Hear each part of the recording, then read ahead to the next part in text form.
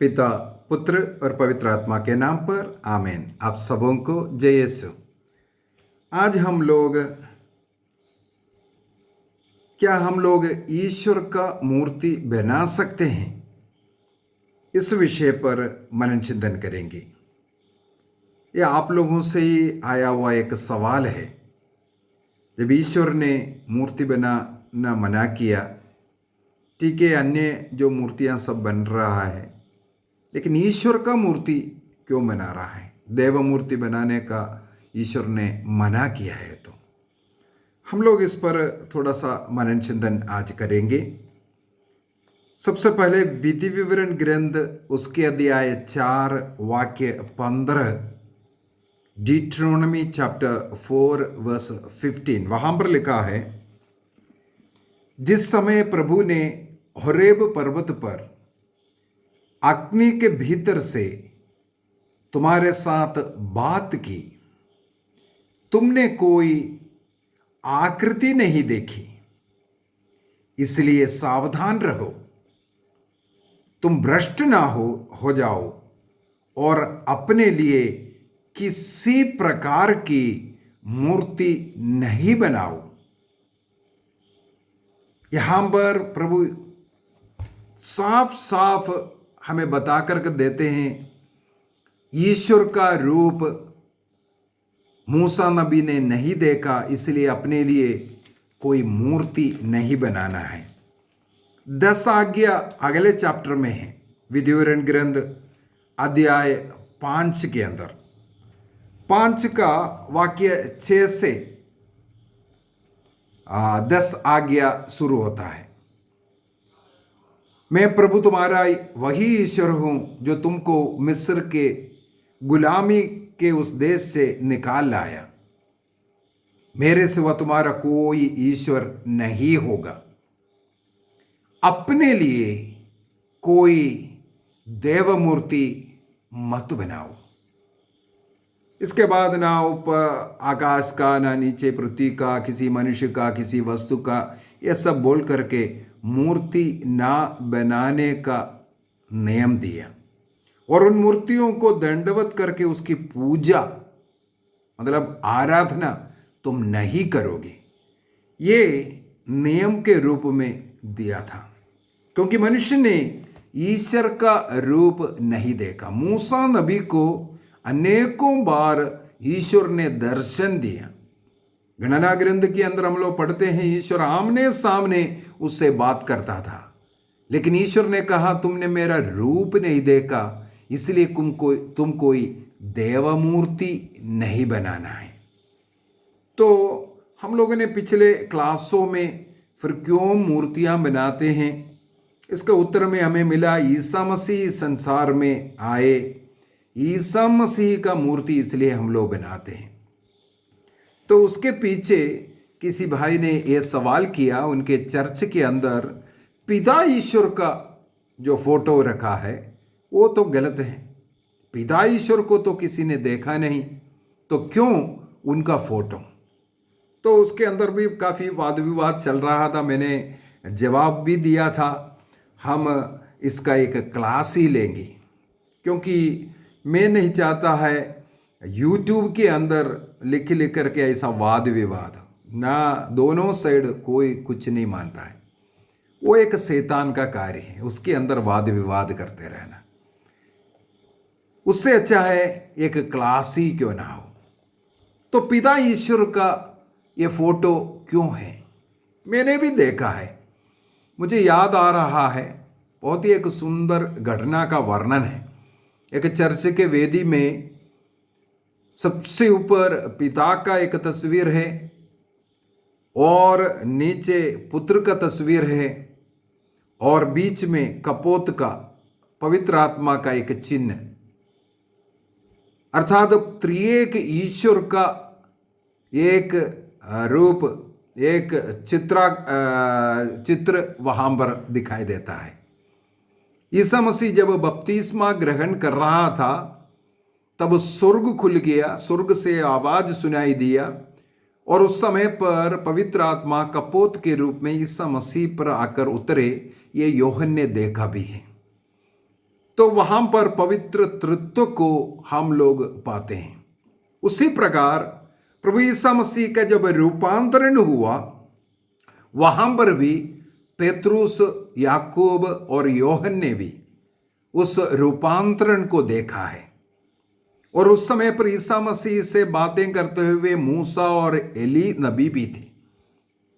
जब उनसे बातें कर रहे थे, पेतरुस को स्वर्ग का अनुभव मिला वहां पर, इसलिए पेतरुस बोलने लगे, हम यहां होना कितना अच्छा है, हम 3 तंबू बनाएंगे, एक तुम्हारे लिए, एक मूसा के लिए, एक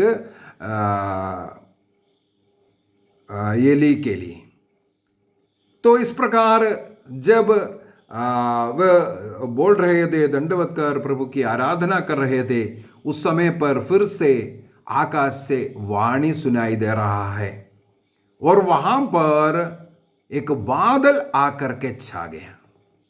बाइबल पंडितों का मत है ये भी पवित्र तृत्व का एक रूप है।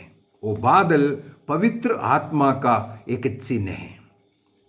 तो वहां पर भी पिता, पुत्र और पवित्र आत्मा को हम लोग देखते हैं। पिता का दर्शन नहीं, केवल आवाज था।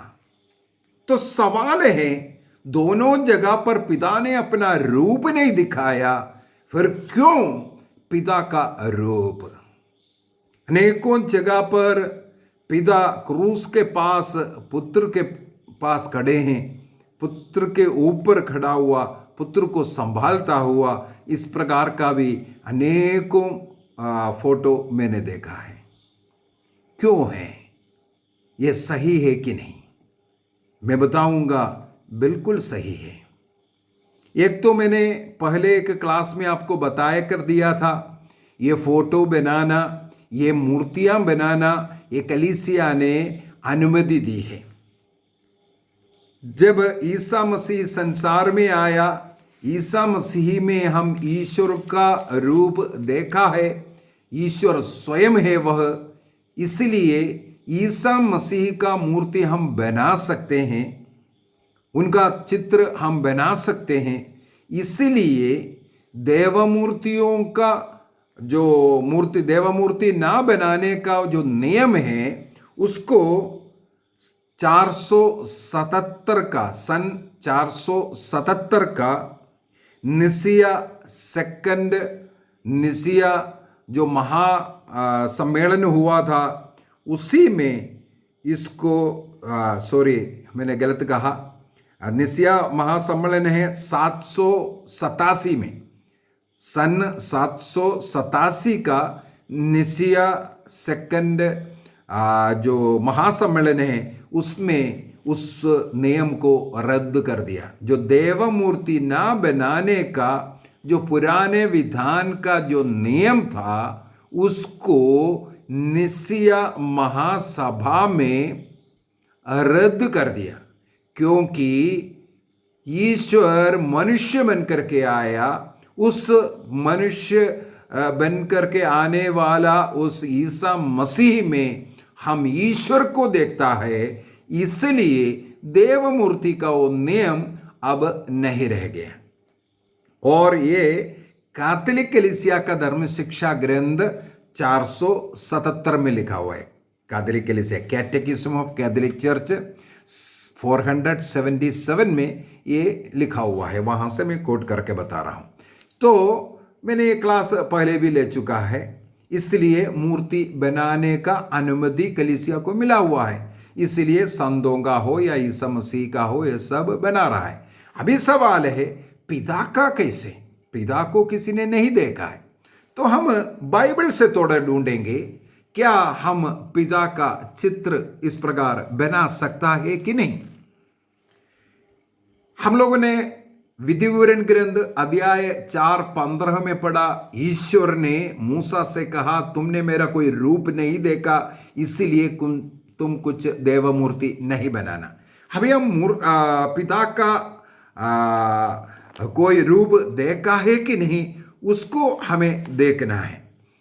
हम लोग तीतुस का पत्र, संत पौलुस तीतुस को लिखते हुए कहते हैं, अध्याय 2 वाक्य 13 के अंदर, या तीतुस अध्याय 2 वाक्य 13, वहां पर लिखा है, हमारे महान ईश्वर एवं मुक्तिदाता ईसा मसीह। ईसा मसीह को वहां पर ईश्वर और मुक्तिदाता कर करके लिखा हुआ है। मैंने कहीं किसी से एक सवाल किया था, बहुत बाइबल का ज्ञानी है बोलकर के तर्क करते जा रहा है, कैथोलिक कलीसिया के खिलाफ बोलते जा रहा था। मैंने थोड़ा सा मजाक में एक सवाल किया, क्या बाइबल में कहीं ईसा मसीह ईश्वर है करके लिखा है क्या? थोड़ा दिखाओ। ईश्वर का पुत्र लिखा है, अनेकों नामों से लिखा है, कहीं ईश्वर का नाम वो ईश्वर है करके कहीं लिखा है? ईसा मसीह ने कहा है? उसको चुप रहना पड़ा। वो एकदम बोलता है नहीं, लेकिन हम लोग तो विश्वास करते हैं, बाइबल में लिखा है ईसा मसीह ईश्वर है करके लिखा है।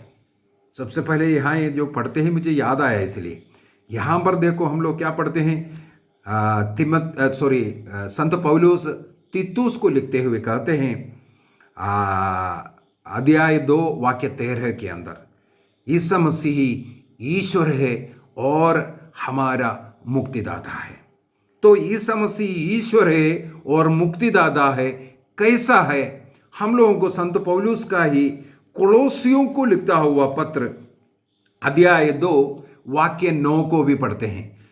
ईसा मसीह कैसे ईश्वर बन सकता है? ईश्वर तो अदृश्य है, उस अदृश्य ईश्वर ईसा मसीह कैसे बन सकता है? अनेकों जगहों पर ईश्वर का पुत्र, मानव पुत्र, ऐसे ऐसे टाइटल से है ईसा मसीह का को, इसलिए मुसलमान लोग भी इसको तर्क करता है और अन्य अनेकों लोग तर्क करता है ईसा मसीह ईश्वर नहीं, वो एक नबी है कर करके मानते हैं। हमें इसको प्रूव भी करना जरूरी है। और यहां पर हम लोग कोलोसियों का पत्र अध्याय 2 वाक्य 9, कोलोसियंस चैप्टर 2 वर्स 9, वहां पर लिखा हुआ है, क्योंकि मसीह में ईश्वरीय तत्व की परिपूर्णता अवतरित होकर निवास करती है। ईसा मसीह में ईश्वर का जो तत्व है, ईश्वर का तत्व का मतलब है ईश्वर क्यों ईश्वर है, ईश्वर किस कारण हम ईश्वर कहते हैं, वो उनका तत्व है। हर चीज में एक गेहूं है तो गेहूं को गेहूं बनाने वाला क्या चीज होता है, उसको हम तत्व कहते हैं। एप्पल कहते हैं, कई प्रकार का एप्पल है, कई टेस्ट है, कई रंग है, कई रूप है, लेकिन सबको हम एप्पल क्यों कहते हैं? क्योंकि सबों में एक चीज बराबर का है, वो है तत्व। हरा वाला एप्पल का भी तत्व और पीला वाला भी हो, आजकल काला वाला भी दिख रहा है, काला वाला भी हो, लाल वाला भी हो, कोई भी रंग का, कोई टेस्ट का, मेरे जार में हजारों रूप का, रंग का जो एप्पल्स हैं, इन सबों को एप्पल कहने का कारण है उसका जो तत्व है वो सब एक ही है। तो यहां पर लिखा हुआ है ईसा मसीह में उस ईश्वरीय तत्व पूर्ण रूप से अवतरित होकर का निवास करता है। इसका मतलब है ईसा मसीह पूर्ण रूप से ईश्वर है कर करके लिखा है। और उसी प्रकार इब्रानियों का पत्र अध्याय 1 वाक्य 3 को भी पढ़ लेते हैं। हिब्रूस, इब्रानियों का पत्र अध्याय 1 वाक्य 3, या वह पुत्र अपने पिता की महिमा का प्रतिबिंब, अपने पिता का प्रतिबिंब, पिता की जो महिमा है उसका प्रतिबिंब और उसके तत्व का प्रतिरूप है। ईसा मसीह पिता का जो महिमा है उसका प्रतिबिंब है। अर्थात प्रतिबिंब का मतलब है आईने में अगर हम देखेंगे, मैं जैसा है उसी प्रकार उस आईने में दिखता है, उसी को प्रतिबिंब कहते हैं। जिस प्रकार पिता है उसी प्रकार पुत्र है और उसके तत्व का प्रतिरूप भी है। तो पूर्ण रूप से, इसका मतलब ईसा मसीह पूर्ण रूप से ईश्वर है। हम लोग योहन के सुसमाचार में भी थोड़ा जाते हैं। योहन का सुसमाचार उसके अध्याय 14 वाक्य 9, या योहन का सुसमाचार अध्याय 14 वाक्य 9, वहां पर लिखा है, ईसा मसीह ने, फिलिप ने बोला हमें पिता को दिखा दो। तब ईसा मसीह ने उन्हें क्या उत्तर दिया, जिसने मुझे देखा है उसने पिता को भी देखा है। पिता को यदि देखना है, हमें पुत्र को देखना है। जिसको पुत्र मिला है, पुत्र को देखा है, वो पिता को देख चुका है। अभी योहन का सुसमाचार उसके अध्याय 10 वाक्य 30, जॉन चैप्टर 10 वर्स 30, वहां पर लिखा हुआ है, मैं और पिता एक है। फिलिप से कहा, जिसने मुझे देखा उसने पिता को देखा। और यहां पर प्रभु सिखाता है कि मैं और पिता दोनों एक है।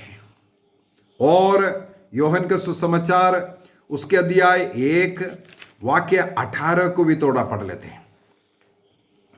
वहां पर लिखा है, किसी ने कभी ईश्वर को नहीं देखा, पिता की गोद में रहने वाले एकलौते ईश्वर। देखो यहां पर भी संत योहन लिखते हैं, पिता के गोद में रहने वाले एकलौते ईश्वर ने उसे प्रकट किया, वो है ईसा मसीह। यहां पर भी ईसा मसीह को ईश्वर करके पुकारते हैं। उन्होंने प्रकट किया। कैसे प्रकट किया? जिसने ईसा मसीह को देखा, ईसा मसीह के द्वारा उसे पिता का दर्शन मिला। यदि ईसा मसीह में हम पिता का दर्शन करते हैं, तो क्या हम पिता का चित्र नहीं बना सकता? इसलिए कलीसिया पिता का चित्र बनाने का अनुमति देता है, क्योंकि जिसने पुत्र को देखा उस पुत्र ने पिता को प्रकट किया है। वो पिता का प्रतिबिंब है। जिस प्रकार पुत्र देख रहा है, उसी प्रकार हमें पिता भी दिखता है। इसलिए चित्र बनाने का अनुमति है, उसमें कोई गलती नहीं है। मेरे विचार में आपको इस सवाल का उत्तर मिल गया। विश्वास कीजिए, कलीसिया जो कुछ आधिकारिक रूप से हमें सिखाता है वह सत्य है, ऐसा नहीं सिखाता है। हमें केवल आंख बंद करके विश्वास कर लो। हमारे बुद्धि से खोजने की कोई जरूरत नहीं, क्योंकि हमारे बुद्धि में गलतियां हो सकता है। जिसने यीशु को देखा उसने पिता को भी देखा। पिता, पुत्र और पवित्र आत्मा के नाम पर आमीन। आप सबों को जय यीशु।